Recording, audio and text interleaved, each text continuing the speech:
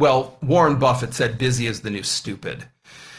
And I love that, because I think that we wear busy as a badge of honor, that because we are pulled in so many different directions, or can be pulled in so many different directions, and so easily both interrupted and distracted, that the more demands there are on our time, the more successful, the more important, the more significant we are. And that's an outside game. It doesn't, I believe it's a delusion. I don't think it's real.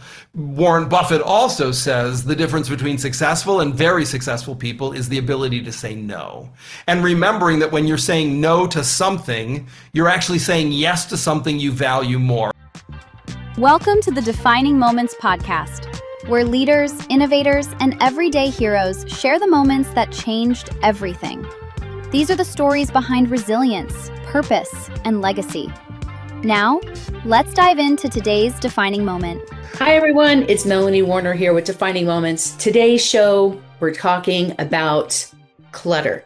Now, most people think clutter is the problem, but clutter isn't the problem. It's a symptom to something much greater. The real problem is what we're afraid to let go of. So this is the Defining Moments podcast, the show where we uncover the decisions that change everything in your life and your business, not the highlight reel, not the fake version people post online, but the real defining moment when staying the same becomes more painful than changing, and what happens next. I am Melanie Warner, the founder of Defining Moments Press, the host of the Defining Moments podcast and global television show, where we chat with authors, experts, corporate leaders, high-level coaches, and people who are turning their expertise into best-selling books, premium brands, and powerful media platforms. This episode is brought to you by Defining Moments Press. We are a US-based publishing company, and we help aspiring authors around the world to write, publish, and promote a nonfiction book to elevate their expertise, their brand, and create a meaningful impact in 30 days or less. An example of how we did this with one of our clients was Myrto Mangriati. Myrto is based out of Greece, and she is a coach that helps people find impact with their goals. And she not only came and wrote a book, but she launched her book, and then she spoke at the United Nations. She's done so many amazing things. She's also been a guest on our TV show and the podcast. So you can click back on these links below in the show notes and see more about Myrto and watch her podcast episode to see how she used a book to build a global presence as an expert all over the world and speak on stages. So welcome to our episode today. And I would love to introduce our special guest. Today's guest is Andrew Mellen. Welcome, Andrew. Thank you for being here. It's my pleasure. Well, I'm excited to dive into this concept, because if you happen to see what's sitting off over here to the left of my office, you would be ashamed of me, right? Now, no shame, no judgment, no shame. ever. No shame, or my garage. It's actually embarrassing, because I was so like, I'm going to get rid of my storage, because I hate paying for storage fees. I just hate it. And then everything ended up in my garage. And so now here's the thing, you guys, about Andrew. Andrew is a Wall Street Journal best-selling author of the book Unstuff Your Life and Calling BS on Busy. And he has worked with organizations like Goldman Sachs, American Express, and the Metropolitan Museum of Art. But Andrew's work goes far beyond organizing drawers or calendars.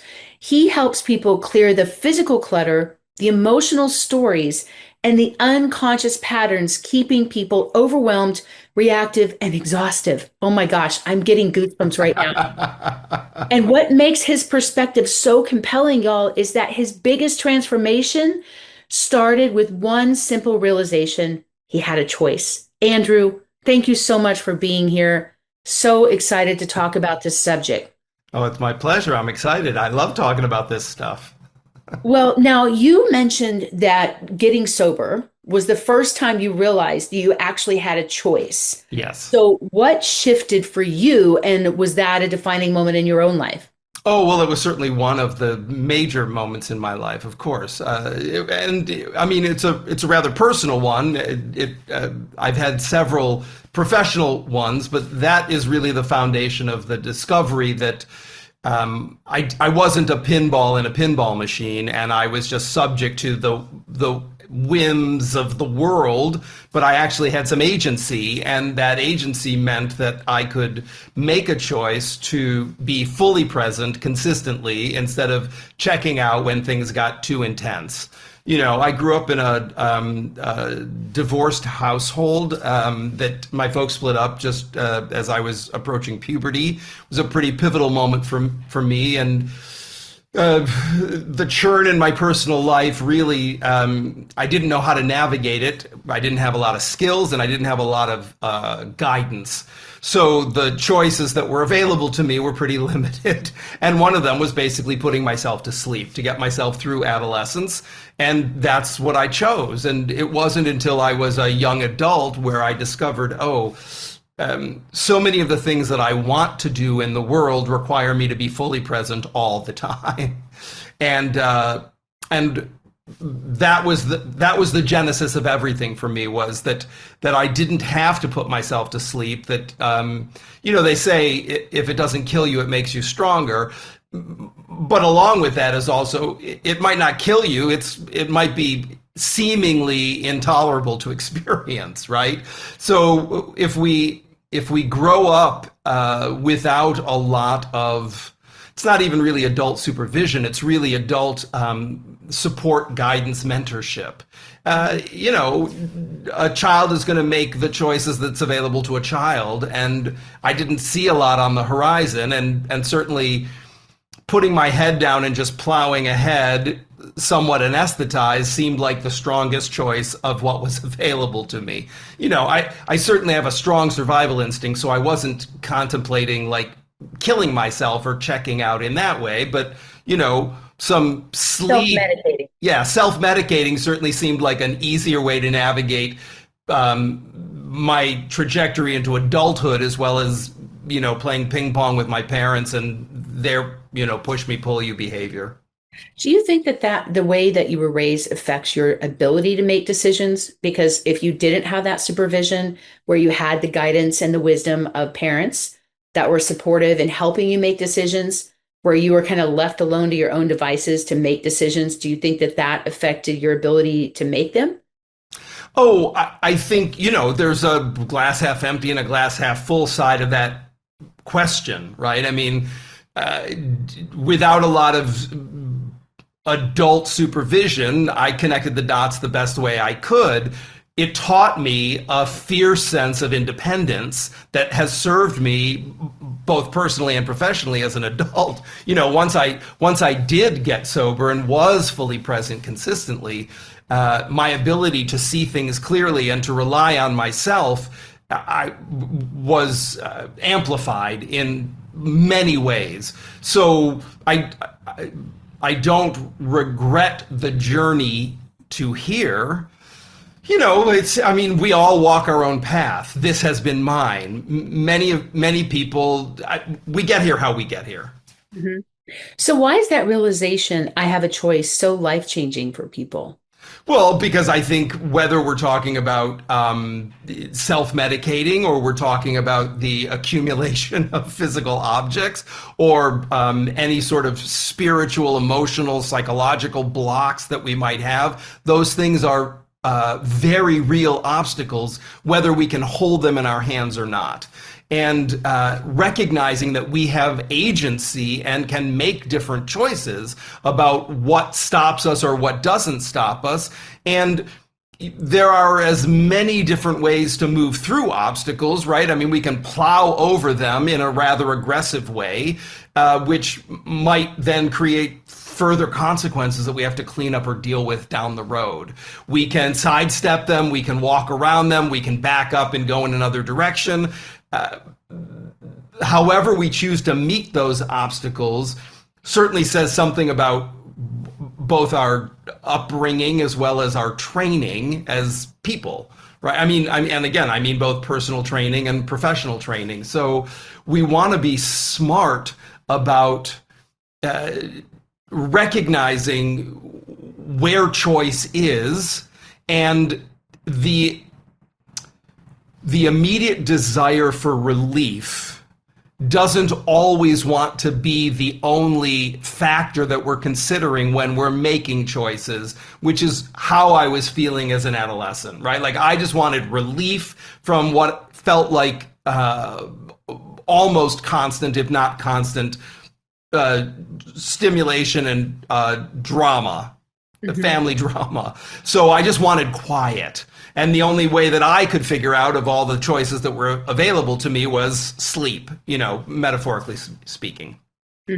As an adult, and when we think about clutter, when we think about time management and trying to be fully present and show up and get the things done that matter to us, that are in alignment with our values, first of all, we need to know what's important to us, and then we need to be able to execute on those values so that we're not running around on the volunteer fire department putting out everybody else's fires, and then we get to the end of the day and we think, oh my gosh, I've been crazy busy today, I've got nothing to show for it. And at that point we have basically two choices. We can tell ourselves, well, tomorrow will be different, with no plan to make tomorrow different, or I'll just stay a little bit later. Now that it's quiet, I'll just stay later and I'll do the things that I didn't get to earlier, which as a one-off solution is not unsustainable, but it is certainly not a recipe for sustained success, right? We can't burn ourselves out working overtime to close the gap between what we did that was unimportant,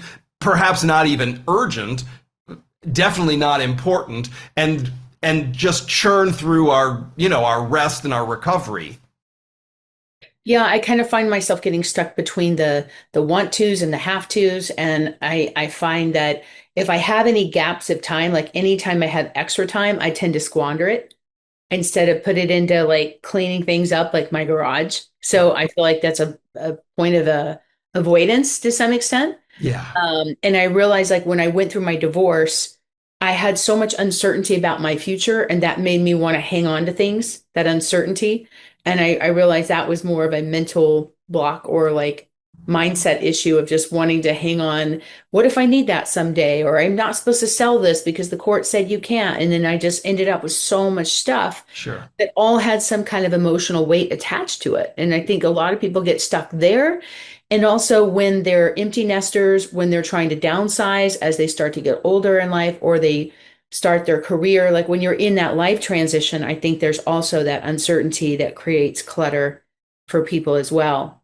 I think the key takeaway there is life cycle events will trigger that story of, well, but what about, right? And which is the theme of this show, right? When there is uncertainty, we tend to fall back on story. We like comfort. The brain basically wants to expend the least amount of energy possible and keep us safe.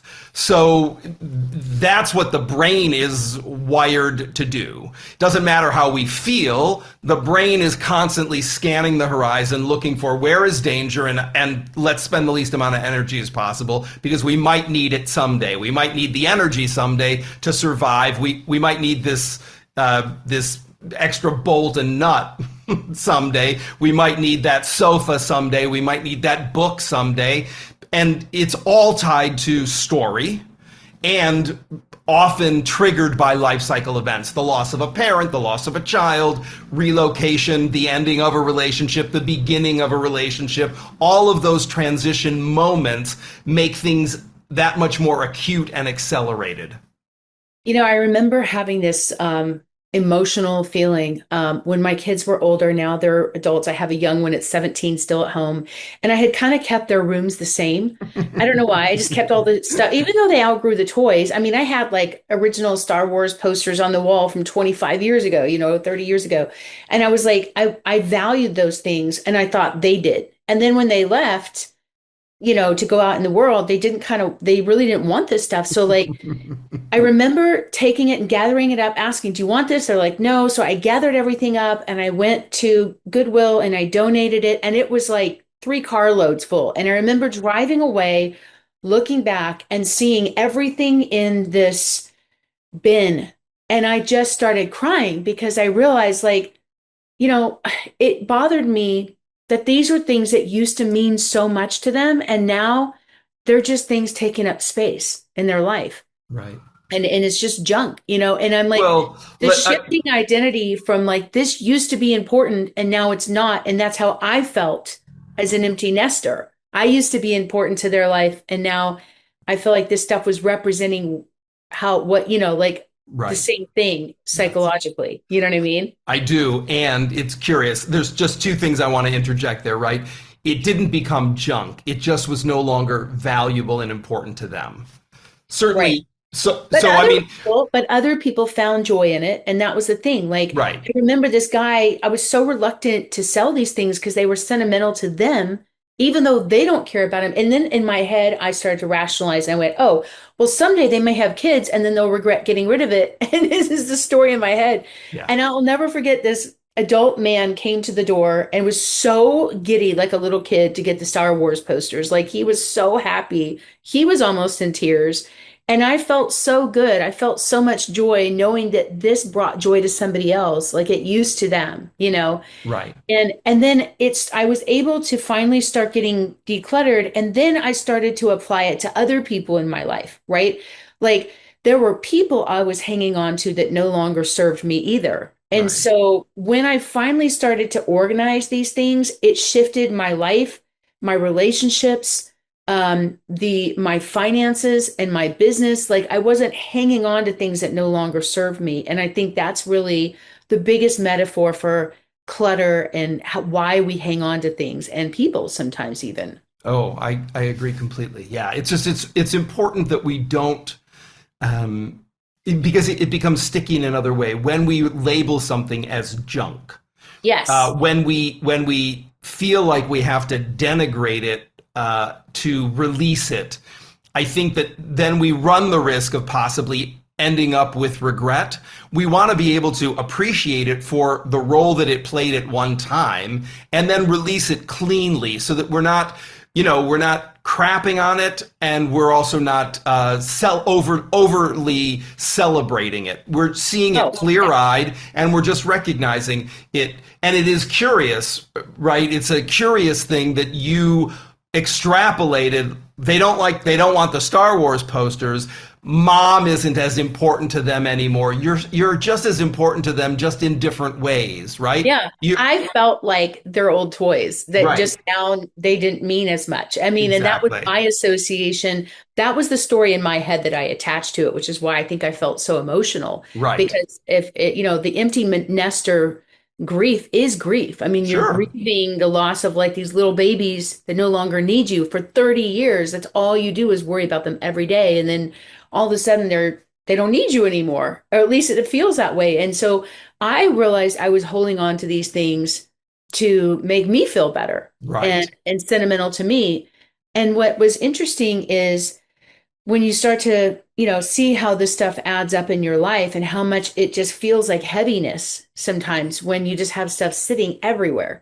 And Yeah. I remember everything I bought. I remember where I bought it. Like I have this really strong association because I'm very intentional in how I buy things and when I buy. I don't just buy stuff to buy stuff. Mm-hmm. And I tend to keep things for a long time. Like I have shirts that are older than my kids in my closet. You know what I mean? Like clothes that are special to me that mean something.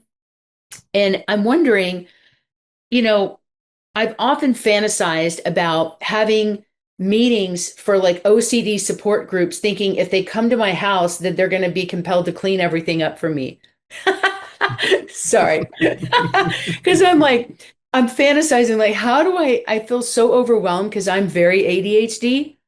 And I've been like, my ex-husband was very OCD, and that was this contention that it was strain on our marriage every day because if I put something away, I forget about it. Right. Like a bill or something, and I have to leave everything sitting out. I have to leave all the food sitting out or I'll forget what I have and it goes rotten. He's the opposite. He wants to sweep everything under the rug and not have anything visually unappealing anywhere, like no clutter. And he's a visual processing person who's very, very talented as a director and photographer. So Mm-hmm. he's noticing things visually. Like in Right. our family growing up, like we couldn't go to Subway because it was too yellow, right? Like this would bug him to have anything out of place. And whereas Mhm. I We're like the odd couple. I was like the creative genius behind everything, where I would like leave things sitting out. I would have piles of things sitting everywhere, and it was an organized mess. And I knew exactly where it was. And I hated having the mates like they came today and I don't know where anything is. It's driving me crazy. Right. So I think we all kind of get stuck in these patterns of what we do. But I think it's interesting to see how that ADHD versus OCD is constantly fighting inside of me. Well, sure. Yeah. I mean, stuff discordant relationships bring their own challenges, certainly, 100%. Absolutely. Well, that was a big contention in our marriage for years, because we saw the world differently and how we Literally and figuratively. Yes. Yeah, what we did with our stuff every day. And Right. it was we fight about it all the time. So I think that that's so important for people to bring this forward and talk about what's happening in their lives. Now, tell me a little bit more about your history. Like what is your defining moment, or how did you end up in this space? Oh, well, 30 years ago now, I was laid off from a theater that I was running in Seattle, Washington. And that was, I mean, when we think about those life cycle moments, that was a pretty dark one for me professionally, right? I had been fired from restaurant jobs that didn't matter to me. That was a job that did matter to me, and I had actually moved to Seattle for that job. And when I got laid off, it was very unexpected and pretty upsetting. So I stayed in Seattle for about 6 months, and I was trying to find full-time work, couldn't find full-time work.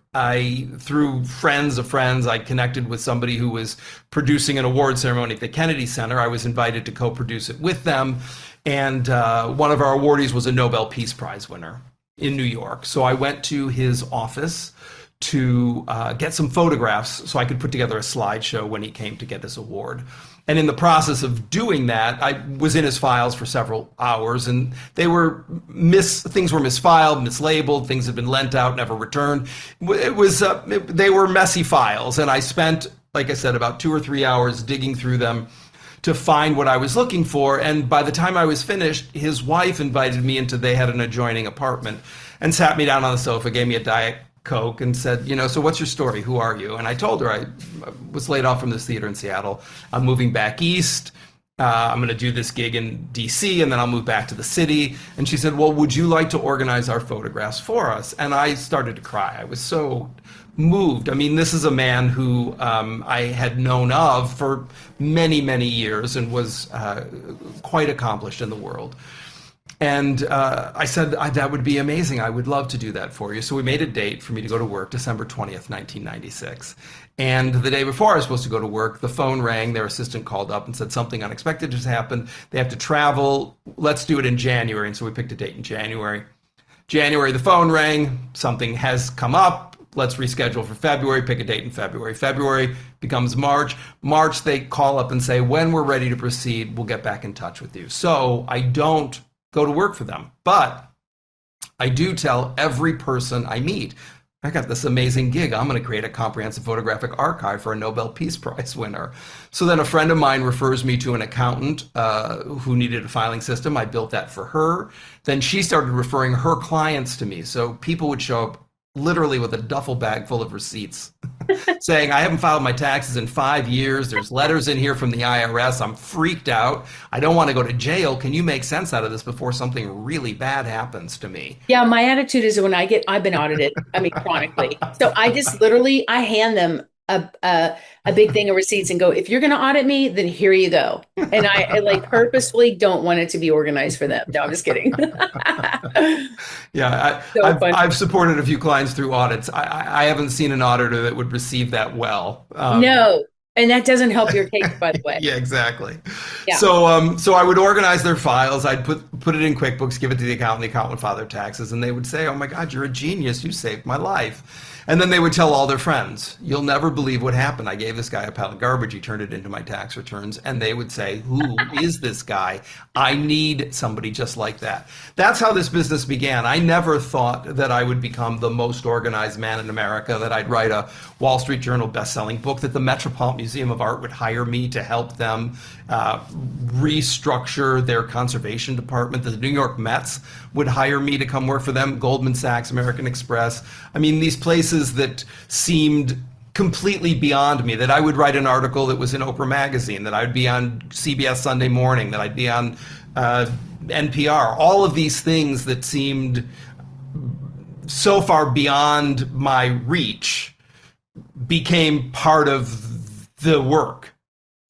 I love that. That is so cool. Congratulations. Well, thanks. And from your book as well, the book helped you build authority and credibility in that space. So what happened? You know, you wrote this book, it became a Wall Street Journal. Congratulations, like bestseller.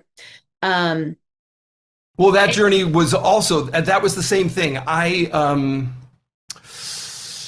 I had wanted to write a book for a while. I just wasn't sure what, I mean, I knew what it would be about in the sense that it would be about organizing and decluttering, but I wasn't sure what the book was, and I didn't want to just write a book to write a book. And I also didn't want to write a book on spec. So I happened to meet at the time the then editor-in-chief of Oprah magazine at a friend's birthday party. And we started talking, and she said, I think there's something here for the magazine. You should come in and have lunch. So I went to the office. I had lunch with Amy. I had lunch with, it was her, Gail King, and the entire senior editorial team at the time. And they grilled me for an hour and a half. They all ate lunch. I literally took 2 bites of my sandwich. I left the office with my lunch in a little bag and went and had lunch someplace else because I was answering so many questions from 6 or 7 different people that there was no time for me to actually eat. It was a lovely hour and a half, and I was very hungry by the time I left. So the upshot of that was that I was going to write an article for the magazine. I wasn't sure what it was going to be, whether it was going to be an article, whether it would be a column, but I reached out then to a friend's literary agent and said, I just had this meeting with Oprah magazine. I don't know what is going to come of it, but I don't feel confident and capable of negotiating with them. Can you help me with this? And that's when my agent said, now my agent, Jim Levine, said, well, come in, let's talk about it and come up with a strategy. So I did. And during that conversation, he said, so what's the pit? What do you want? What's the plan? Well, I said, I'd like a television show. I'd like a radio call-in show. I'd like to write a book. And he said, well, why don't we start with the book and we'll go from there. And I said, that sounds great. So we put together a proposal and we took it out to the marketplace, and we had, I think we sent it out to, 9 different publishing houses. 4 or 5 of them bid on it. And at the time, Penguin, before it became Penguin Random House, Penguin they offered me the most money and they offered the best deal. And my editor was lovely, as was the publisher. That's so awesome. Yeah. So, you left this long-term career in theater, not by, right? You wouldn't have quit. No. Think about it. If that hadn't happened, which was a defining moment. So at the time you were bummed out, depressed, thinking, wow, I lost this job that I loved, right? Yes. And you probably felt that this experience was artistically successful, maybe fulfilling, but maybe struggling, right? In some way. And now you have a whole new career that, that you weren't planning on, that was born from that loss or that defining moment. Yes, there were 2 distinct moments in the theater as a career that tie into that theme. The first was the getting laid off in 1994 to 96, getting laid off in 96.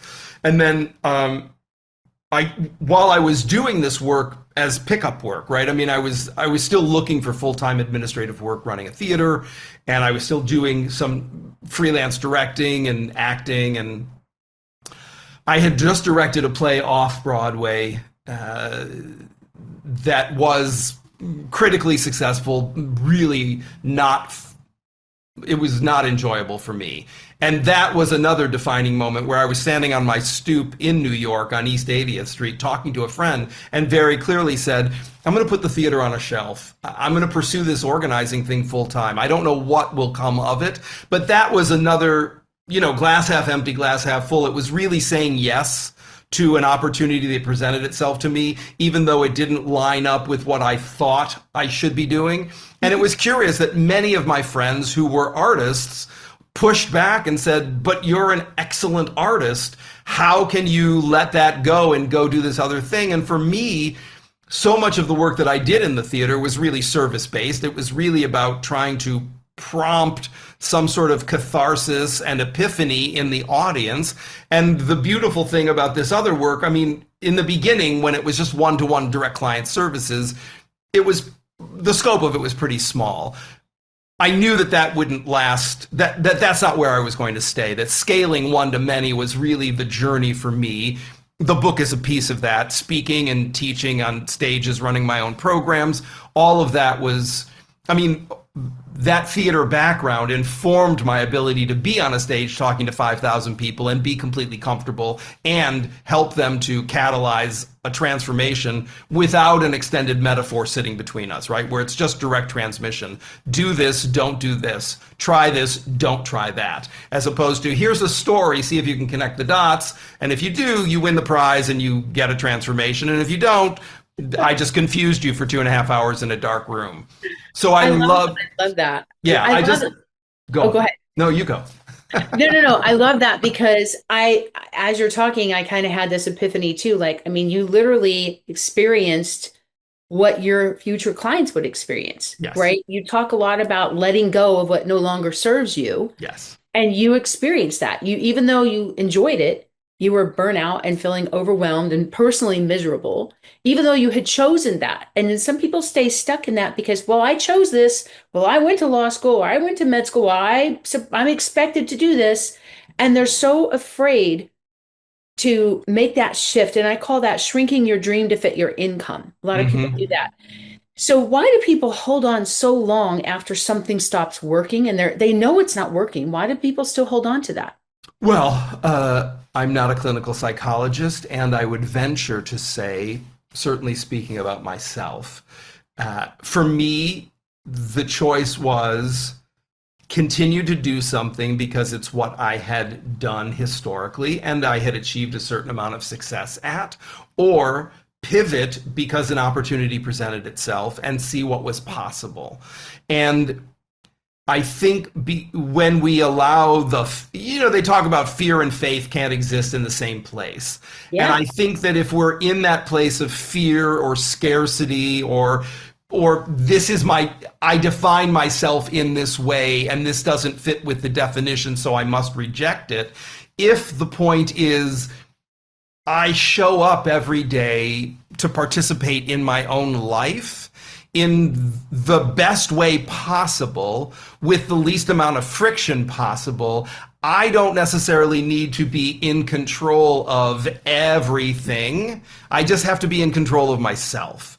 So it allowed me the ability to stand on that stoop and say, I'm going to shelve this and pick this up and explore it, because I wasn't married to, I am an artist and there's only one way to create in the world.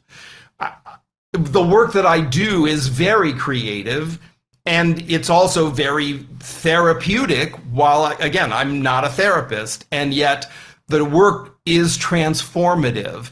So I get to use all of the things that interest me, all of the skills that I have available, and I'm well compensated for it, and it's useful in the world.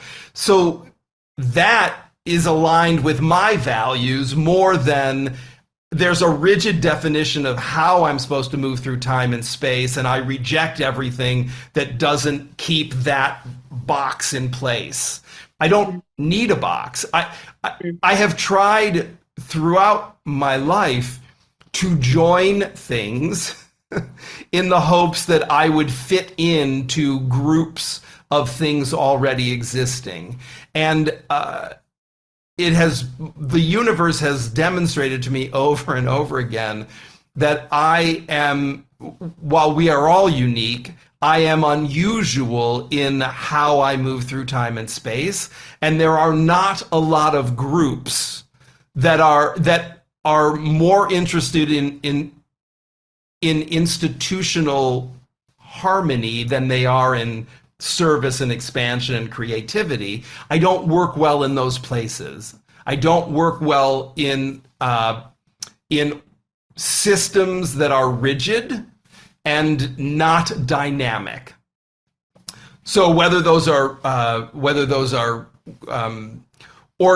professional organizations or associations, I've tried to join several of those, and I tend to leave them because I'm not easily contained. Mm. So what's actually harder, holding on or letting go? Well, if you are leaning into the fear, probably letting go is until holding on is. And it's why you don't need to be a Zen monk to be quiet enough to sit with yourself and recognize what is more painful, staying here and doubling down, or it's not even admitting or accepting defeat as much as acknowledging this might be played out and I don't want to keep fighting and I don't want to keep doing this with either the same returns or diminishing returns. I mean, I'm doing the same thing actually right now in San Diego where I'm living these days, right? I'm selling a condo that I bought, which was really a reaction to the 2 hurricanes a year and a half ago in St. Petersburg, Florida, right? Milton and Helene blew through my condo in Florida. Literally, Helene flooded our lobby, and then Milton blew in the windows in my apartment. So everything was destroyed in the apartments. Wow. And I started spending time in California, which was one of the 2 places that I was going to move when I left New York anyway. I ended up in St. Pete because I was still oriented towards New York, so it seemed closer to go 2.5 hours than 6 hours across the country. Yeah. But San Diego was the other place that was on the list, so that when I was homeless from Florida, I started spending time in San Diego, and my orientation historically has been if I'm going to be someplace, I should just buy. So I bought. Not the best choice. Now, 16 months later, I'm here. It's a beautiful condo, and I'm sitting thinking, I really want to go sit on a beach for 3 months and finish my next book. I don't need to be a homeowner in San Diego. If I was going to allow my ego to make my choices for me, I would have attachment to, well, what are people going to think? They're going to think I can't afford my condo, or that, that I have to admit that I made a mistake. Who cares? If I would have been thinking clearly and not reacting to the trauma of 2 hurricanes, I would have rented. I would have said yes to San Diego. No, I don't need to own anything yet. Let me just be here. Mm-hmm. But old habits, I was like, oh, I'll go shopping. That's what I do. I move and I shop. And so I bought, and now I'm thinking, I don't need to own this, and I don't need to worry what anybody else says. The same thing happened. I had a house in Milford, Pennsylvania, 80 miles outside of New York for 8 years. I wrote Unstuff Your Life at that lake. And it's the same thing like you and your kids and the stuff, right? I thought I was going to have that house forever, so I poured a bunch of money into it. It was my dream house. And when this book came out, I was very clear that I was going to want to go on the road and teach and speak. And I did not want to be spending my weekends sitting in a lake house anymore. And it came to me so clearly in a shower. I was having an argument. I was the president of the Property Owners Association in Pennsylvania. And I was having an argument with the treasurer of the Property Owners Association in my shower on a Sunday morning. He wasn't in the shower with me, but I was having both sides of the conversation. And I realized, oh my God, I'm arguing with Chip by myself in the shower. I could just quit the board, right? Like I had done everything that I had planned to do for that board. I could just quit the board. And the next thought after that was, and I could sell my house. And the same thing as I said when I decided not to be an artist in a particular way. So many people said, oh my God, but it's a beautiful house. You built it and it's your dream house. And I said, yes, and all of those skills will transfer with me. I can build another dream house anytime I want. I'm ready to move on. I don't need a lake house to define me, and letting it go doesn't mean that I made a mistake buying it. I'm done with it. And it's the same thing here. I feel like that whatever the next chapter is for me, I will stay located in Southern California, but I don't need to own a condo. I really do want to go sit on a beach, probably in Costa Rica or Panama or Mexico, and write for 3 months. And I love that. Yeah, it's that ego attachment of, because I made a choice, yeah, I have to worry about what people will think if I change my mind. Right? They're going to think that I'm flaky, or I'm mercurial, or I can't be depended upon. I can be depended on to live in alignment with my values every single day. When my values shift, my behavior shifts with them.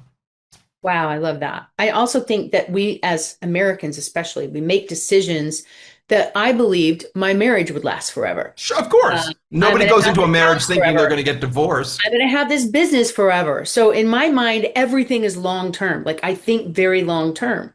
I didn't date just to date. It was very intentional. When I bought a property, it was like, okay, I bought a house that was a vacation rental that was turnkey, so I could, have other people pay off my mortgage. That's how I looked at it. It was going to be an investment, a retirement expense. And then I bought a vacation house thinking, oh, my family and friends are going to come visit. And then they never do, because they're busy.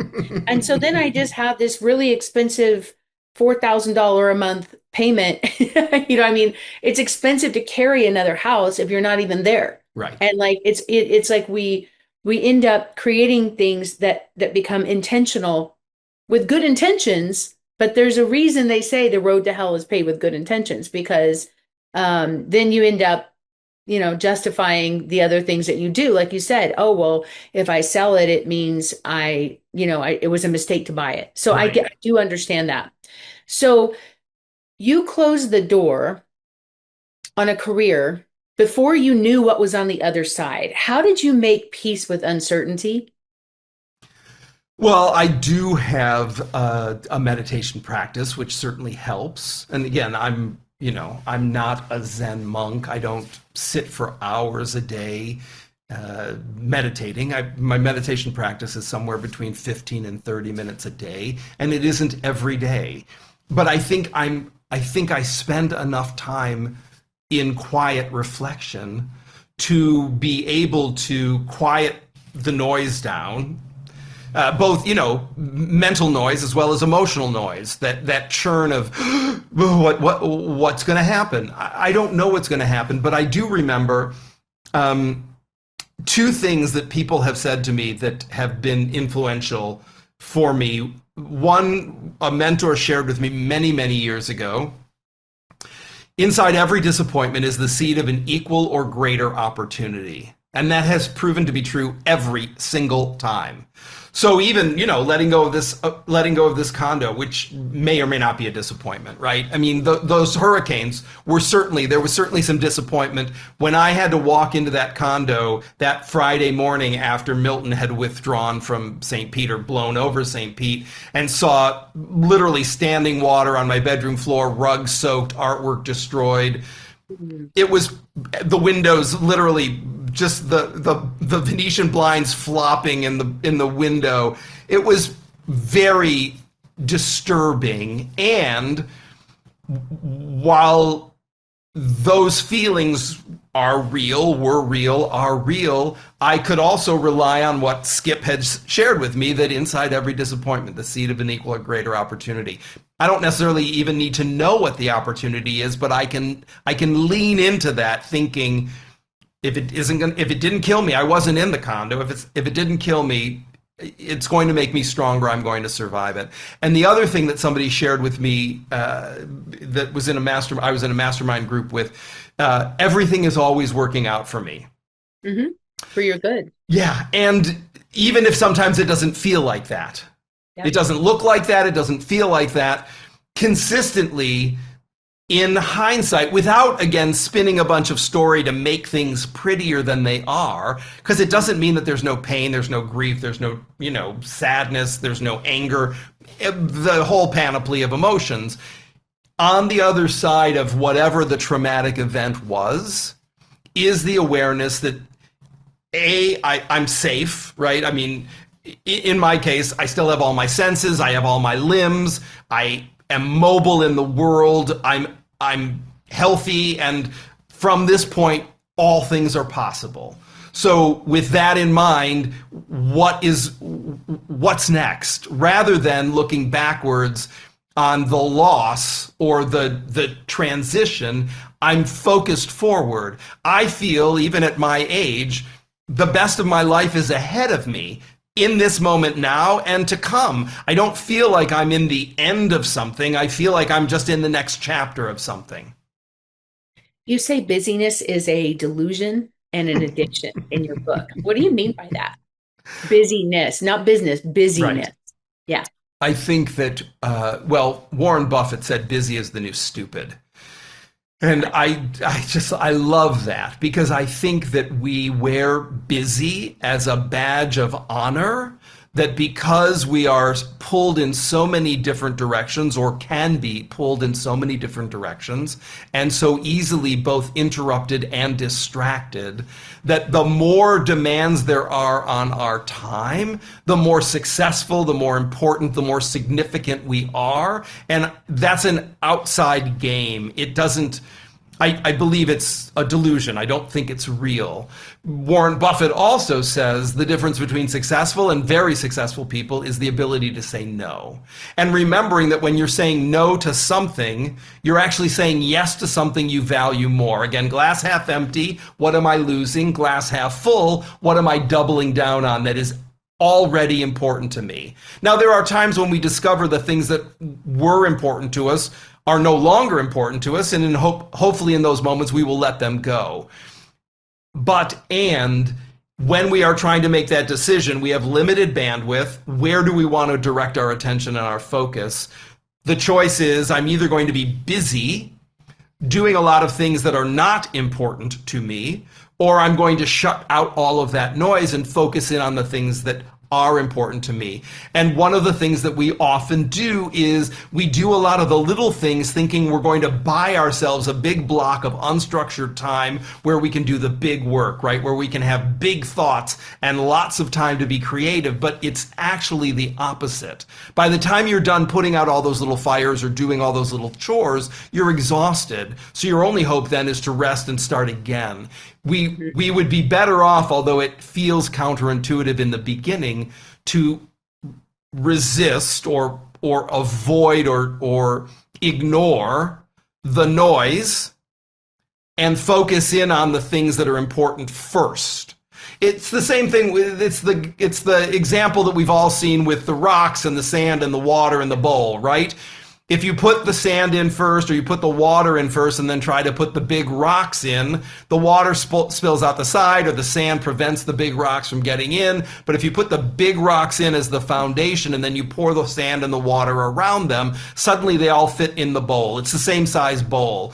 It just feels uncomfortable, certainly for anybody who's either a perfectionist, a people pleaser, or both, to resist the busyness that's around us and stay focused, because it isn't externally sexy to just do one thing at a time and to say no. The result is you can write a book, you can make a play, you can... If you have 100 hours, you can binge watch a TV show, or you can write a book, or you can create a new offer in your company. Like, there's so much more you can do. And it doesn't even take 50 hours or 100 hours. Like, when you know the process and you're focused, of course, you realize that the rest of this is just I call it the rodeo in your head that's like distracting you. Yeah. And that fear is robbing other people of their own transformation. Yes. Right? I think of all the people you've influenced and helped. And if you hadn't got organized in your own head, in your own life first, to be your first customer and figure out the system and the process, you wouldn't be in a position to help somebody else. So your defining moment in your story actually was you a few months ahead of your clients, right? And like, this is the thing. Most people think they have to become this guru before they can help somebody. But the truth is, you just need to be 1 or 2 chapters ahead of your potential audience. Yes. So why do you think so many people confuse being busy with being valuable? Well, there's a lot of noise and a certain amount of commerce that is tied to busyness and distraction. Certainly, Meta, Facebook, would not be the multi-billion-dollar business that it was if it was built on a platform of moving slowly with few things happening on it, right? The entire social media world, and then curiously, right? I mean, even when we think about virtual reality, is again, I'm all for creative expression, video games, and virtual realities, alternate realities as places to experiment. And at the same time, there's on some level no there. It's just it's a big piece of living art. So you can spend time there. It's hard to live there and actually create something that translates back out into a world that we can all experience and share at the same time. So I think that we society puts a lot of value on being in demand. When we think about media personalities, when we think about who gets the attention, it's the scarcity of their time's very valuable, they must be important, and that's who I want. I don't want the person who returns the phone call right away. They must not have any clients. They must have too much time on their hands. I want the elusive person. I mean, and we see it play out in interpersonal relationships, right? So many of us grew up thinking the person who ignores us is the person we want to date. That the person who doesn't return our phone calls or our text messages, there's something mysterious and alluring about that, as opposed to the person who's too responsive. If they're that available, there must be something wrong with them. I don't want that person. I want the person I have to work to get their attention. And I think that, again, if we take what is most personal and extrapolate on it, it continues to play itself out in our professional lives. We want the best, and what is presented as the best is unavailable.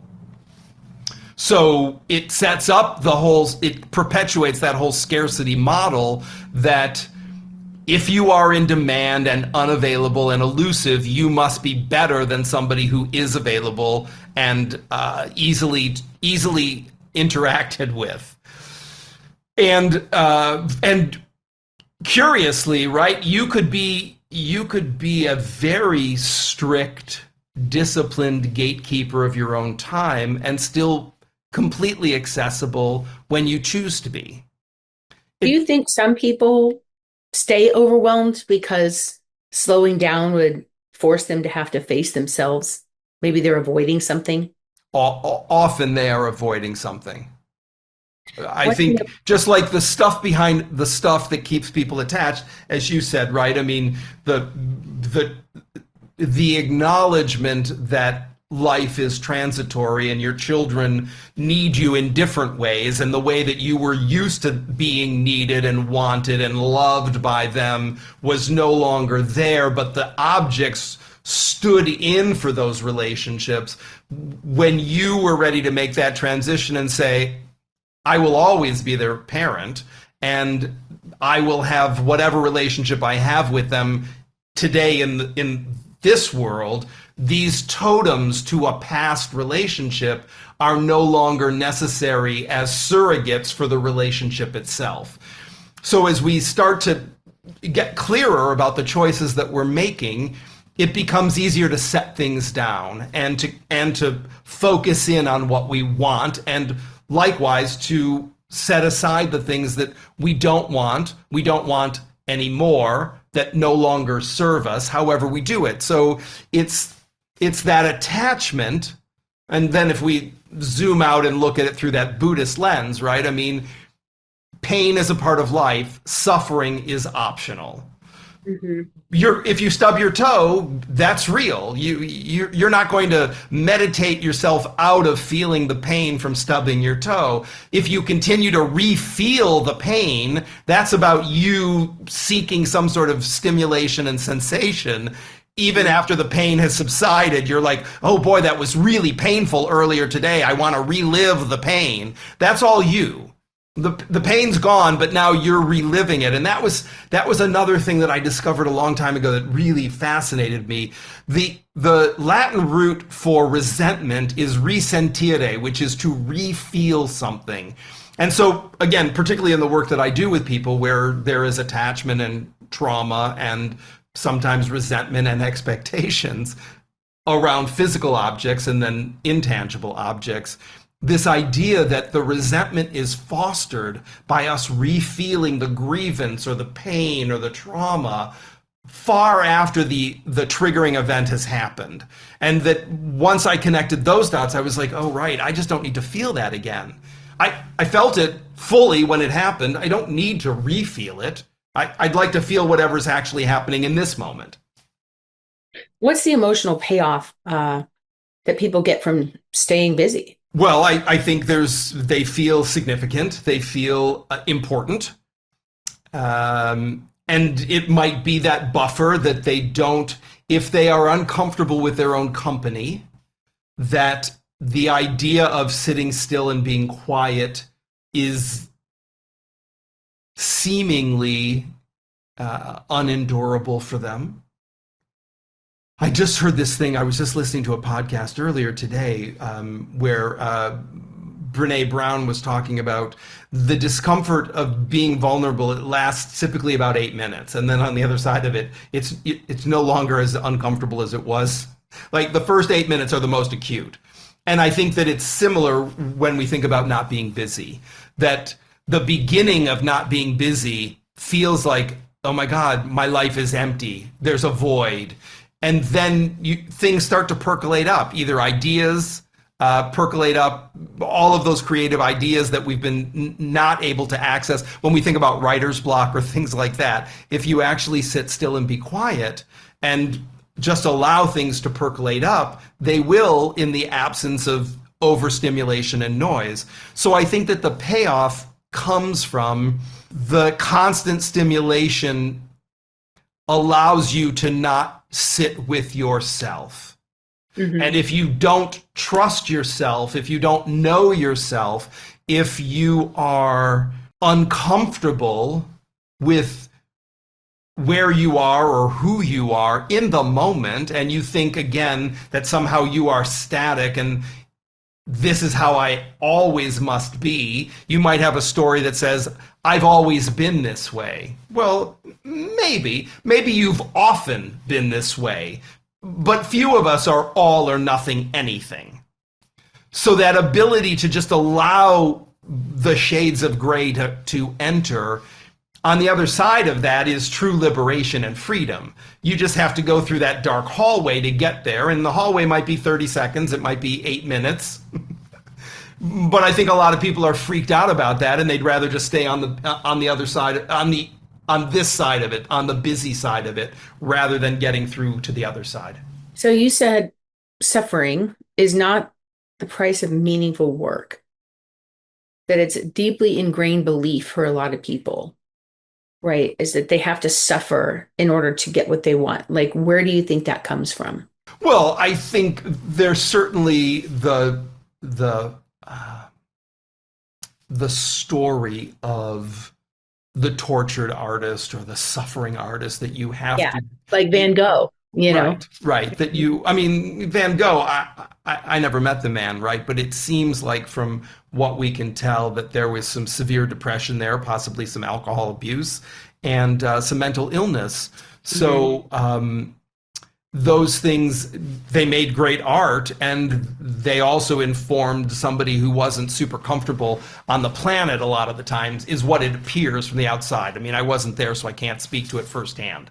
But based on the things that I've read, and his artwork is unlike anything I've ever seen in the world, right? Being at the Van Gogh...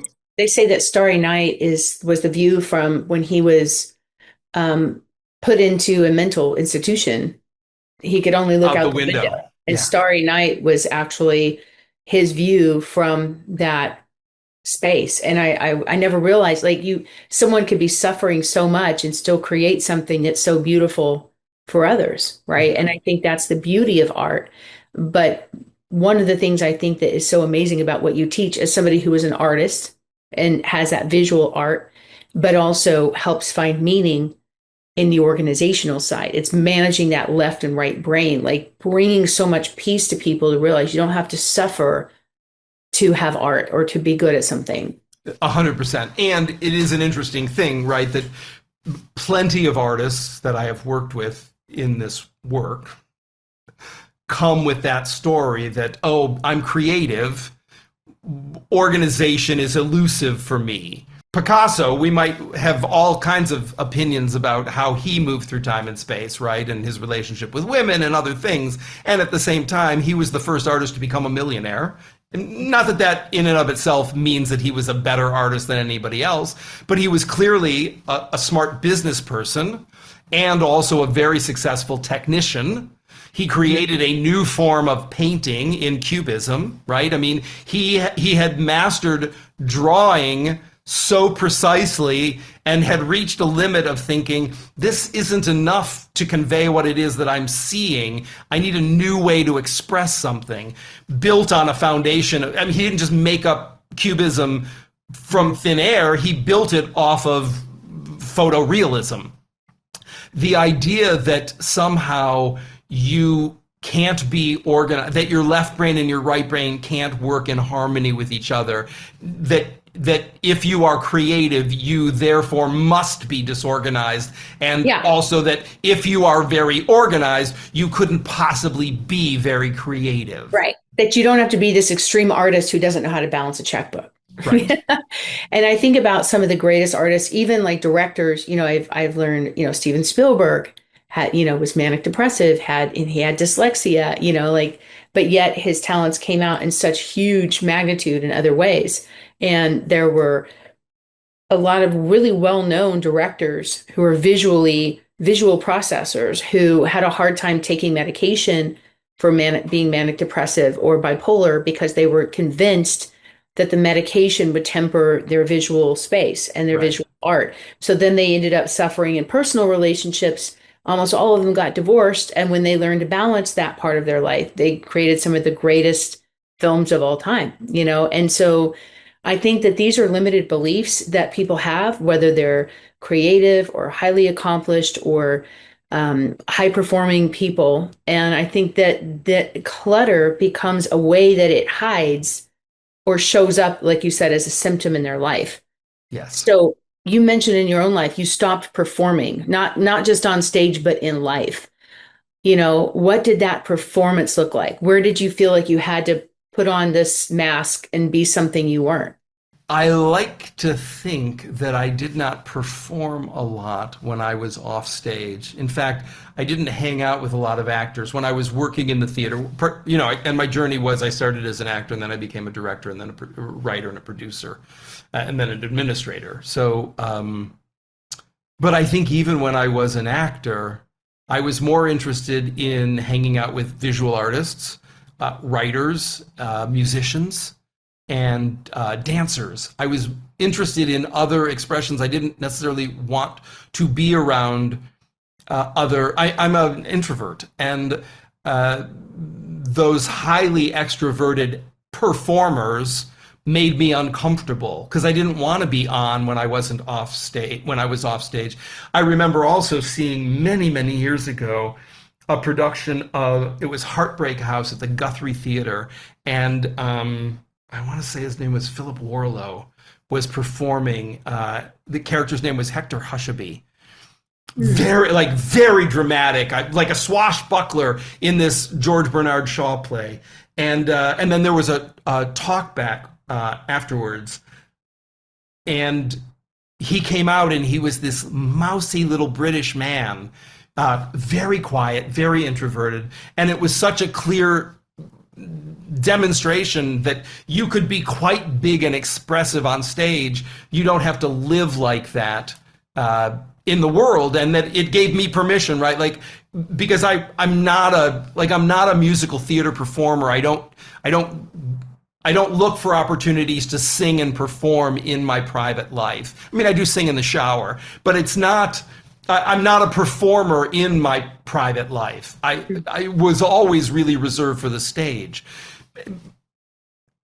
And so for me, one of the ways that I suppose I took care of myself was to not put myself in environments with people that were rather performative, because it would make me feel uncomfortable, because I didn't want to have to do that. I'm not naturally wired that way. Being with other more reflective people, painters, writers, for the most part, those are pretty solitary art forms, and people tend to be quiet. They might be listening to music when they're doing it, but they tend to be more quiet. And those pursuits have always appealed to me.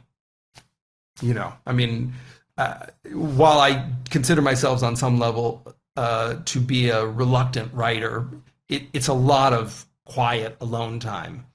I also, once I get into that zone, I really actually enjoy being there. I like words, and I like the ability to use words to capture something precise. You also had a unique ability to help uncover what you want. You would ask yourself, how much do I want to do this?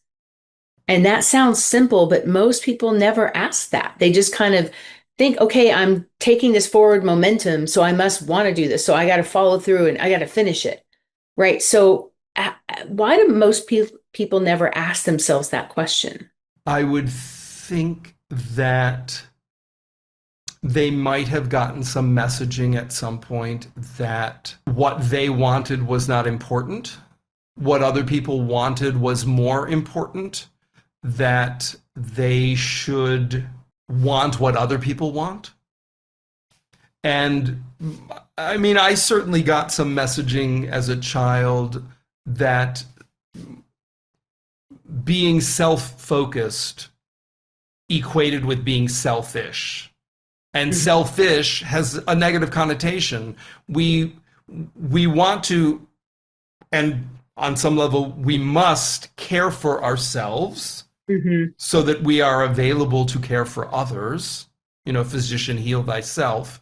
And at the same time, there's a lot of messaging, probably, certainly here in the US, from those Puritans who first arrived here that were rather ascetic and self-denying, that there's a long history of focusing on the self, not in an ego-aggrandizing way, but just in a checking in and being focused on oneself and caring for oneself, is wrong, is bad, is selfish, and those things are to be avoided. So then if we start to dabble in, well, what do I want? What makes me happy? What makes me feel fulfilled? That starts to feel like we're going someplace where we're vulnerable to other people's judgments. And even if you think about the film Crazy Rich Asians, right? Michelle Yeoh's character, one of her criticisms of her son's fiance was that she was an American, and that the Americans are all about like their passions and what makes them happy. And here in Asia, we understand that we build things that last, and personal pleasure and personal desires are should be sublimated in service of something else, right? And yet at the same time, she was an outsider to her mother-in-law, and she never measured up, and yet she was perpetuating the same thing, or perpetrating the same thing towards her potential future daughter-in-law. That same sense of being caught betwixt and between. And I think, again, those gray places are uncomfortable for people to sit. Yeah, like self-love, self-awareness is not selfish. And I think for women, especially, because we tend to put others ahead of us, and we take care of our families. And then, like I'm in the senior sandwich, like my son's a senior, my parents are seniors. I'm like right in the middle. And so it's a confusing time as well for me to have kids that are grown and flown, but then worrying about how my parents are doing, And so I can see how there's people who get lost in that, just taking care of everybody else, and then they feel selfish focusing on themselves. Yeah, and I see it in the programs that I run all the time. Mm-hmm. Particularly, I mean, the people in my programs are probably 90% female, and they would think nothing of investing 10 times what they invest to come do some of our programs for their kids or their partners, or maybe even for like a handbag or an appliance. And yet the thought of investing in themselves feels selfish, like they're taking it away from somebody else to give it to themselves. And how can I do that? I and what happens is the thing that just came to me, and that is the argument, is how can I justify it as if it needs to be justified? One of the things we talk about all the time is how often the word but or because is in a sentence, because those are indicators of a justification or a rationalization. I was late because blah, blah, blah. Well, you were late because you were late. Mm-hmm. But I think there's the stigma and a little bit of a judgment or shame for women, I would think, around this subject, because I know if you're in a traditional marriage where you have, a husband that works and then the wife that's at home, that as women we're expected to be good, home caregivers and take care of homes. And so if we can't stay organized and our homes aren't clean and decluttered, that there's something wrong with us. Right. Right. And that it's like, it's almost an admission, like you wouldn't want to go to your partner and say, hey, I need money to help declutter the house. In their mind, why aren't That's you your able job? Like, how do you not know how to do your job? Sit around, watch soap operas and eat bonbons. I hear that all the time. And so there's a lot of women that beat themselves up and feel shame about it. And now you've got two income families where you've got men and women, or couples or partners, two income partnerships working outside the home. And then there's no at-home contract about who's going to take care of all the stuff that's accumulating. One of the things that in our household, when my kids said, I want something new, we would make them go through and clean out their closet. If they wanted new shoes, they had to donate some other shoes or give them away or sell them or do something, and it made it more sustainable, because they had to realize that there's only so much capacity to, just like you can only eat so much before you feel sick. You can only put so much in your body, and your body has to process that before you can consume more. So your home and your space and your office only has the capacity for so much stuff to be stored there or serve a functional purpose there. So if you want something new, it means you have to get rid of something or repurpose the thing that's in that space. Yeah. And I think that was helpful to realize that it wasn't unlimited. Right? Yes. There's a certain capacity of where and how things function. So, Andrew, what's the relationship between boundaries and freedom? Healthy, appropriate boundaries facilitate freedom. Mm. When So things good. are clearly defined, everything outside or inside those boundaries is available. When the boundary shifts, when it's a moving target, it's inconsistent, which again is different than a revised boundary is different than an undefined boundary. If you can't feel comfortable or confident with the definition of the boundary, then you're always off balance, and it's hard to feel grounded and safe and centered.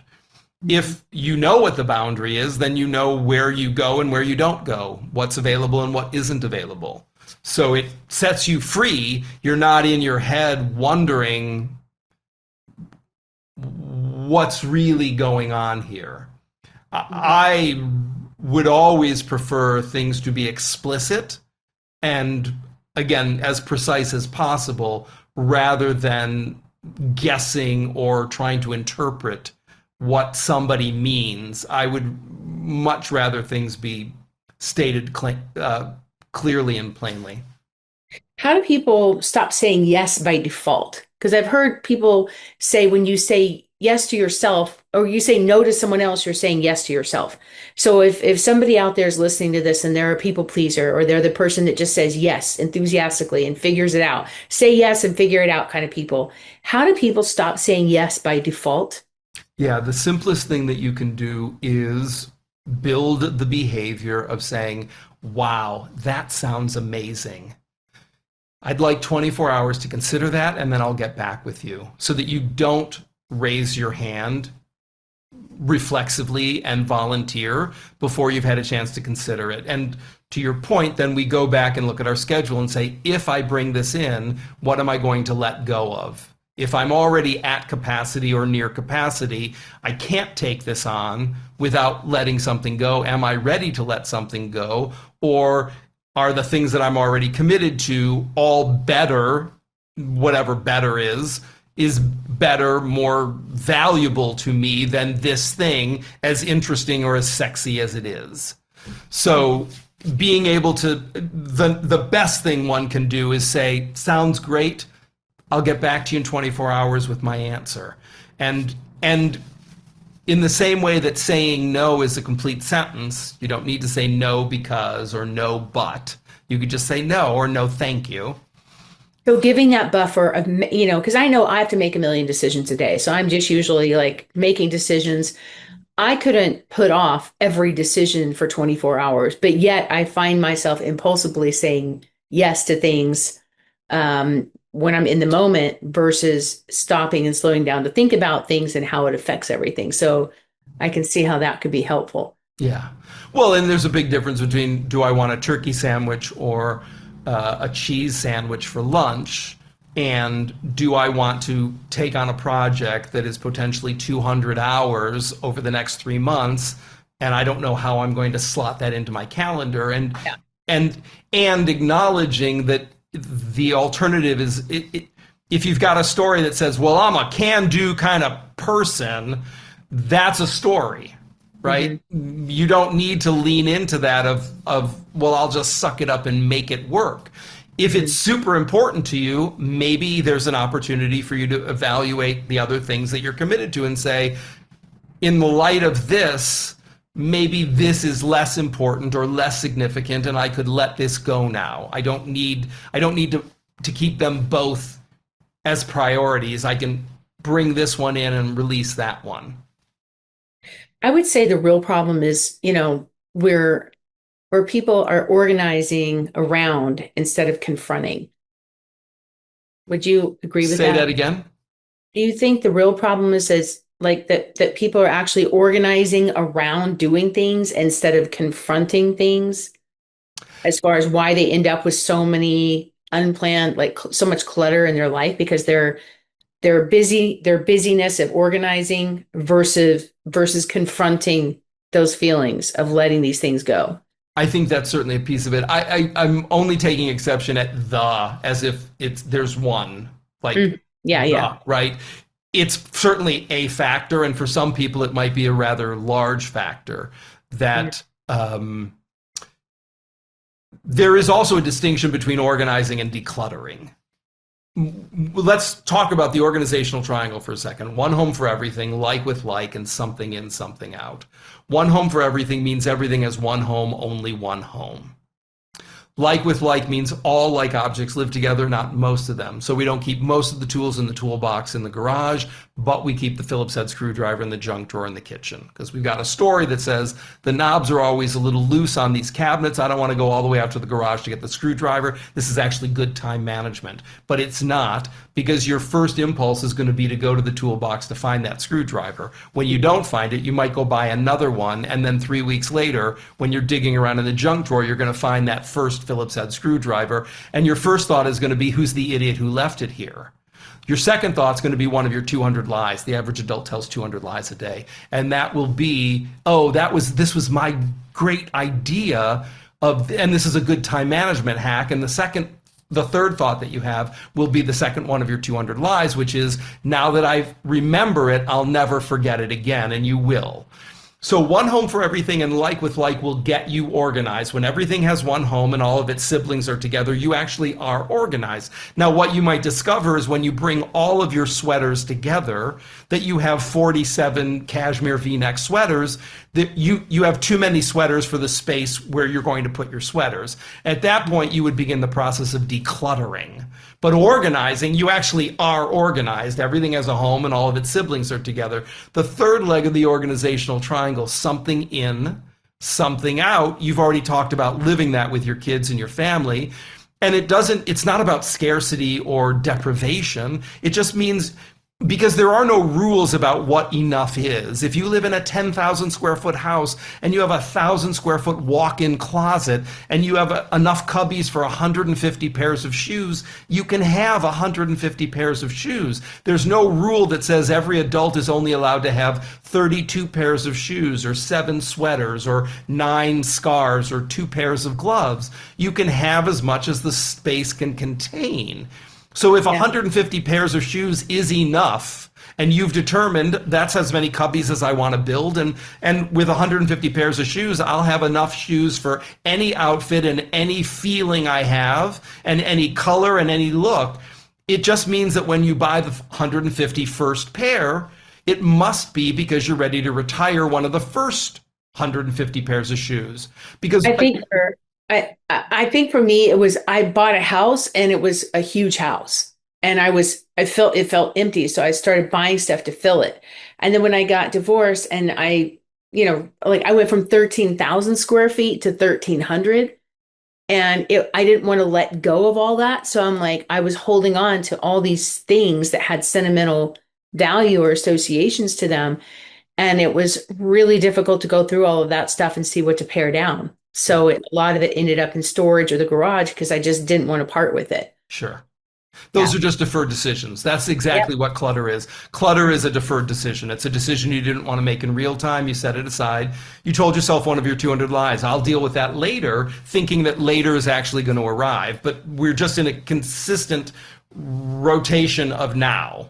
Mm-hmm. Later never gets here. Tomorrow, and tomorrow is not promised, right? We hope we wake up tomorrow, but there's no guarantee that tomorrow will happen. And later is never really here. It's just a series of now followed by now, followed by now, followed by now. What's one thing that listeners already know they need to let go of but haven't admitted yet? Well, I'll say that the things that people struggle the most with are sentimental objects because of the stories. They often feel like letting the object go means they're letting the person go, or that the person no longer has value, which is not true. Your dad is not the clock. Your grandmother's not the teacup. Your kids are not the Star Wars posters, right? So we need to be able to separate story from object. Sentimental objects are one of those places. Paper freaks people out because often paper is tied to money. And people don't want to make a money mistake, so they'll hold on to everything because, well, if I let that go, what if I need that later? I don't want to have to. I don't want to have to call the Secretary of State, or I don't want to have to call the insurance company or somebody to try to get that piece of paper back. I already have it. So paper is a place that people get stuck. Electronics, particularly if you're not very comfortable with machines. Machines are another place that people get tripped up because they think, well, I don't know what this cord goes to, but it might go to something that I own, so I don't want to let it go in case I need it and I find the thing that it goes to later, or I'm done with this device and I'm now using this device, but I still left things on the old device. And I don't want to take the time now to harvest them, but I don't want to let this go until I get, the financial records or the photographs or the music off of it. Once I do that, I'll totally let it go, is one of the 200 lies. The thing specifically about machines it's always a question of when technology will fail, not if technology will fail. Or mine is always, I don't know the password. I don't remember how to get into the drive, and the stuff is just collecting dust. And, it's easy to get caught up in, there's just so many things. I remember at one point, I I had over 1 million pieces of paper in my garage. When I went through my divorce, I was going through tax audits and then tax court.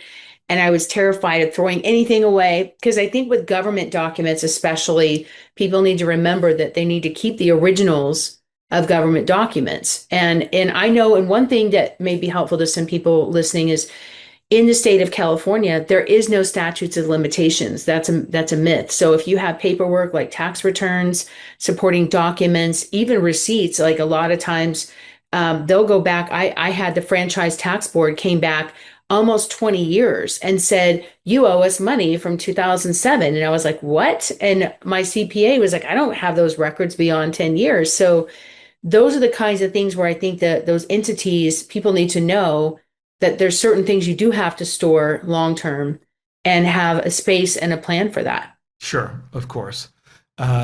Another place that people get tripped up is around clothing, particularly if you tend to go up or down in size.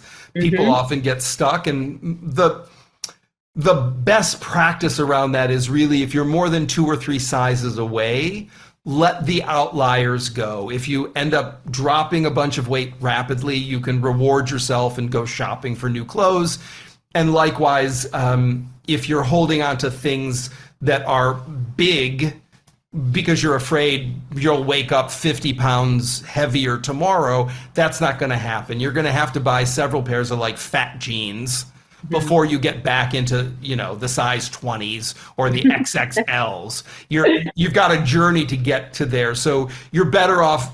It's not keeping the weight off to keep the muumuu or the caftan in the back of your closet just in case. So that's another place that people get tricked up. I think people keep the skinny clothes thinking I'm going to lose the weight. And so I don't want to get rid of these clothes and then I definitely don't want to buy, when I gained weight, I did not want to buy clothes in a bigger size because I didn't want to stay there. Right. So then I never had nothing ever fit right. Or unless I had really stretchy clothes like during COVID where I wear pajama bottoms every day and didn't realize I gained 20 pounds, Exactly. I think, so if you're sitting at home and you're listening to this and you recognize, you say, hey, this sounds like me, right? Like you're in that space of like in between trying to figure out what to do with things that you've got uncertainty. You're just feeling like, you need to clean things up. Like if someone's listening, what's the most critical first step they need to do, Andrew, to kind of start? Because if you go in my garage, it's overwhelming. No one wants to go. Well, I can't even put a car in there. It's too much stuff. So I try to go in there and I just feel so shut down and overwhelmed and anxious. And I could spend a week in there and it doesn't look like I did anything. I don't feel like I'm making any progress. So where do you recommend people start when they just feel so overwhelmed with this stuff? Yep. There's 2 things to think about when you are in that place. A body at rest tends to stay at rest. A body in motion tends to stay in motion. So Newton's second law of entropy. And the other thing that I made up, which is failure breeds failure, success breeds success. So if you're feeling strong, you can go into the garage and start to whittle away at things. And if you're feeling a little puny and tentative and overwhelmed, you can go for low-hanging fruit, which is empty the dishwasher, take out the recycling, do a load of laundry, fold a load of laundry, put it away. We just want to get you into movement. So that, again, a body at rest will stay at rest, a body in motion will stay in motion. But do you organize things a specific way? Like, for example, my brain thinks in a very linear way. So like I tend to want to take things and start organizing them, in different piles. But then I never got it. Like, so the thing to do, or do you throw stuff away or do you just say, all this I want to keep and then just put everything you want to keep in one big bin and then figure out how to organize it? No, I think the simplest way to start the process is always sorting like with like. Because other than, again, low-hanging fruit, if you are going through, let's just talk about your garage. I haven't seen your garage, but I've seen garages. So let's say in your garage, you've got a bunch of different kinds of things that you've been storing there. As you come across individual items, it's very hard to make a decision about what will stay or what will go as a one-off decision. Now, there are outliers. You might come across, let's say one of your kids played hockey and there's a broken hockey stick in the garage. It's relatively easy to look at that and think, nobody's going to tape it back together. It's garbage. I'm going to put it in the garbage bin. That's what I consider to be low-hanging fruit. Right? You come across one smashed shoe and you know that the other shoe doesn't exist because you remember when you threw it away. And you're like, oh, here's the mate that I remember I threw its sister away. This is now garbage, so I can let this go. Or a broken piece of glass or crockery, things that are clearly damaged and garbage. We can't recycle or repurpose them any longer. They're trash. Those are easy to scoop up and put in the garbage.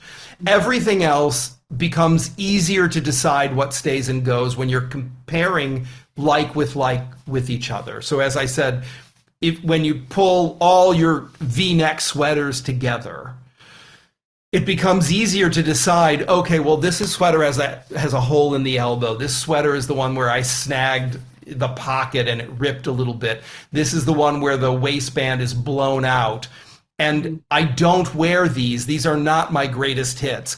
There's a statistic that says we wear 20% of our wardrobe 80% of the time. So that's basically true. We're in our greatest hits. So as a one-off, you would look at the sweater that has the hole in the elbow and you'd go, oh, but I love that black cashmere sweater. I looked so good in it.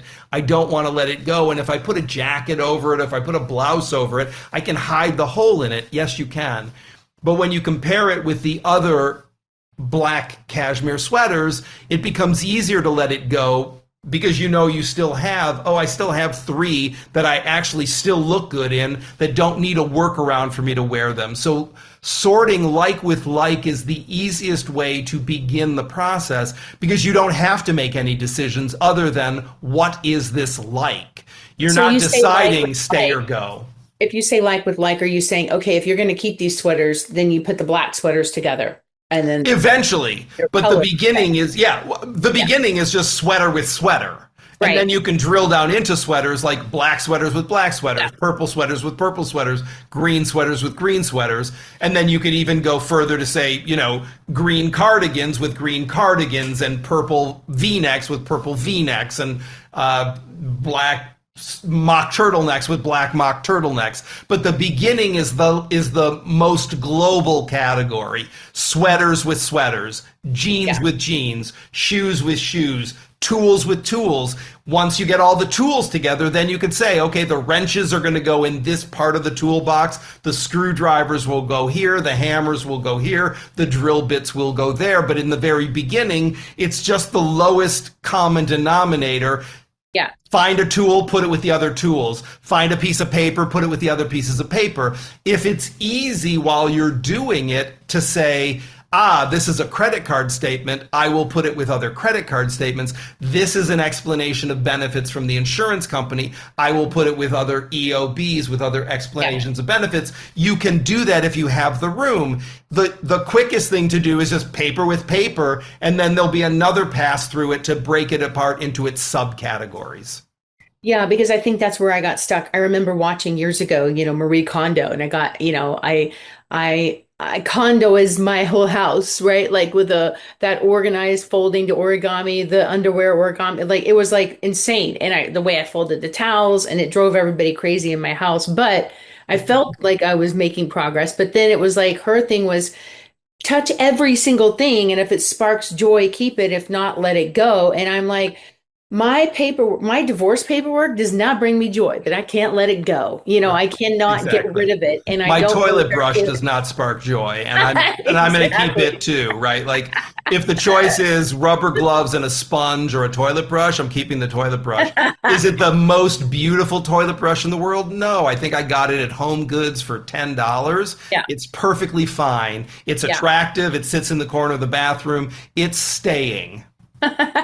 Andrew, is there anything else you want to share with our viewers before we wrap up today? I know we've talked about a lot of things, I think is the emotional side behind the separation and decisions, which I think is not some people talk about the functionality of, oh, how you organize and make things look good. And they can see TikTok videos about that. But I think this is the psychological part that most people don't talk about. So when somebody's going to work with you as a client, am I understanding this properly, that you sit down and go through this kind of process of the emotional separation before they start decluttering? Like, what is your process of working? Oh, well, when I'm working with private clients, whether they're corporate clients or, people in their homes, I ask them where they think the problem is, and then I ask them to give me a tour of the space so that I get to observe where I recognize friction, bottlenecks, speed bumps. And I'm observing all of this while I'm also listening to the conversation. And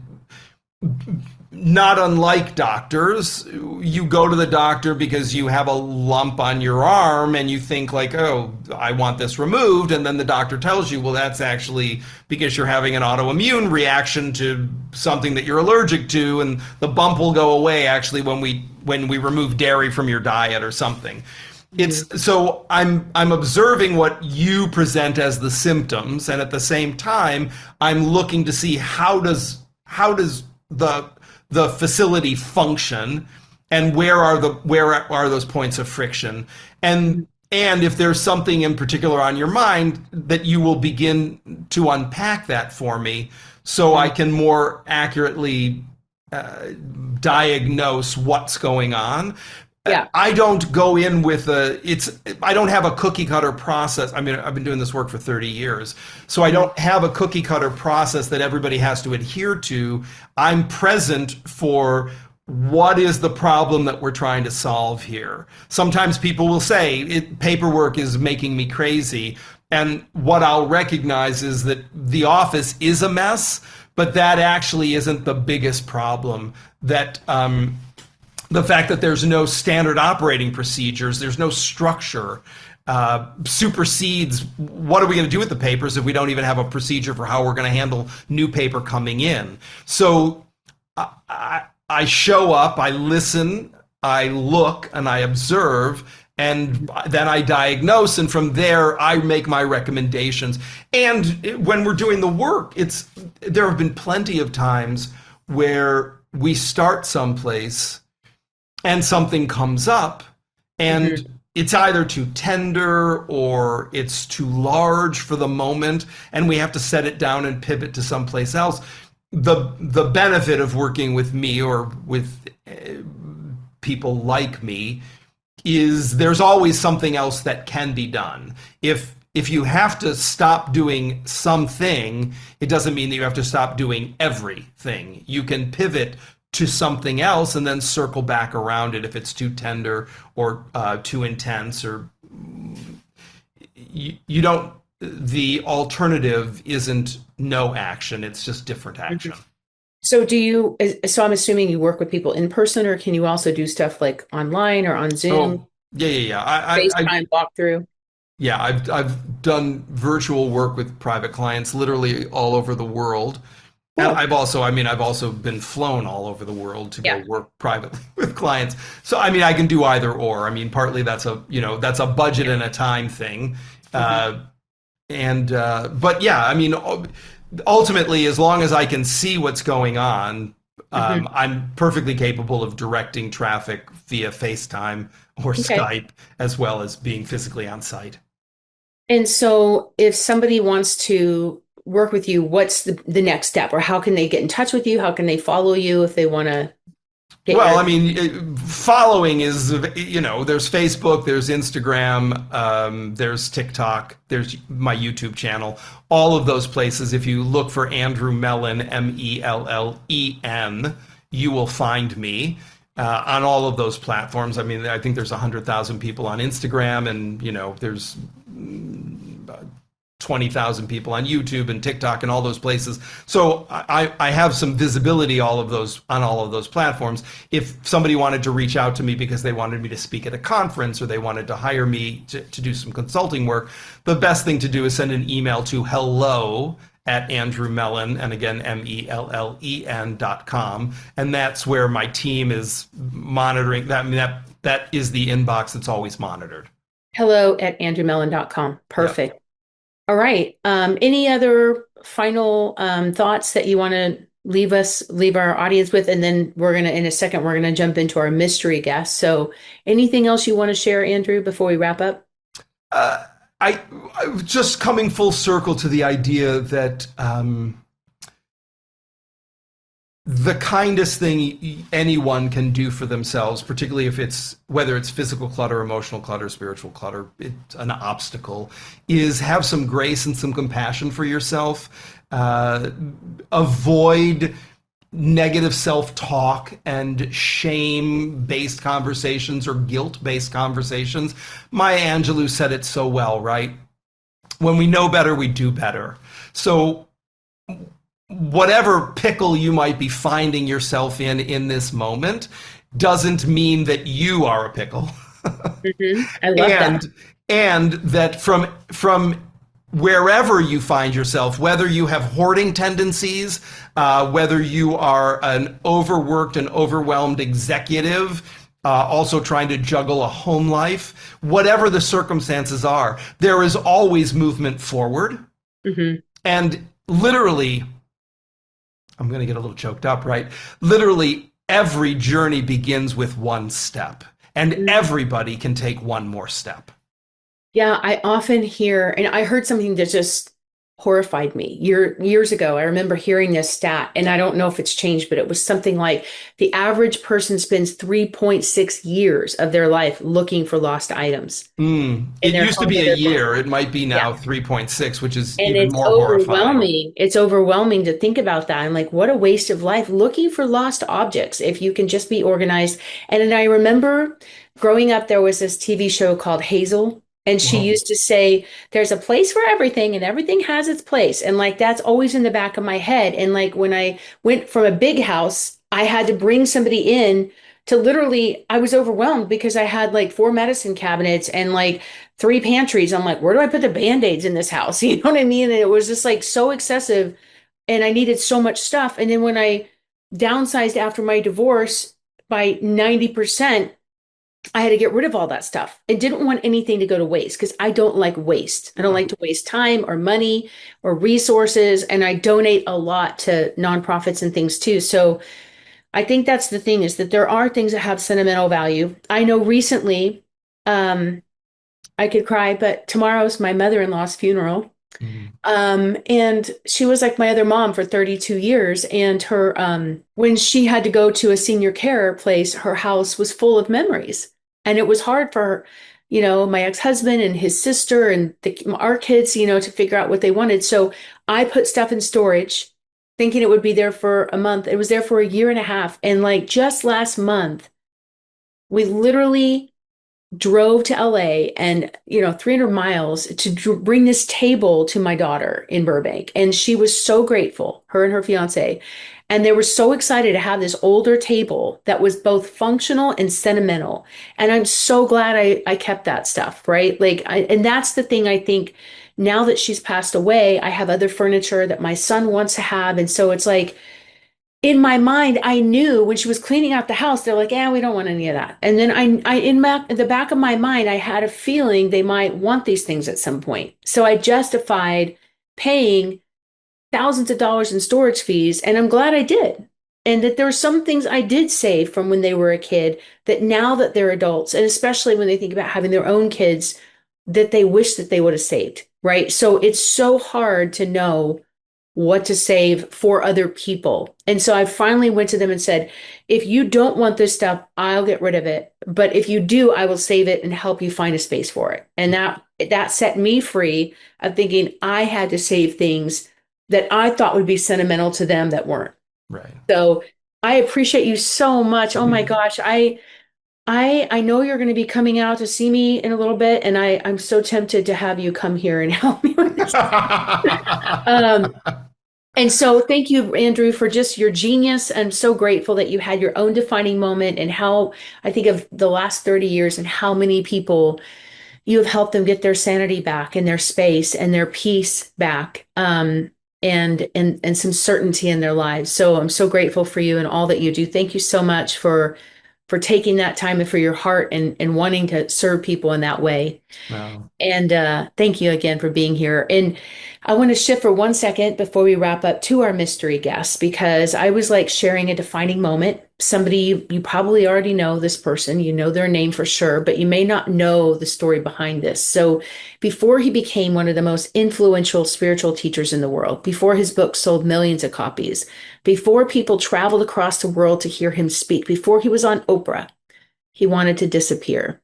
At 29 years old, he was living in England, deeply depressed, not sad, but empty. He had crippling anxiety, constant fear, an endless stream of thoughts that he described it as attacking him from the inside. He later decided it was like living with this relentless enemy in his own mind. Every day felt like a burden. It was hard to get up. It was heavy. Every interaction felt draining because he wanted it to be meaningful. Every moment was consumed by overthinking. And one night, it all became so unbearable that he sat alone in his apartment, overwhelmed by despair, and he had a thought that terrified him. I can't live like this. I can't live with myself any longer. And he planned to take his own life. And then something strange happened. The first time, instead of collapsing into the thought, instead of just overthinking it, he started questioning that thought. If I cannot live with myself, then who is the I that I can't live with? And who is the self?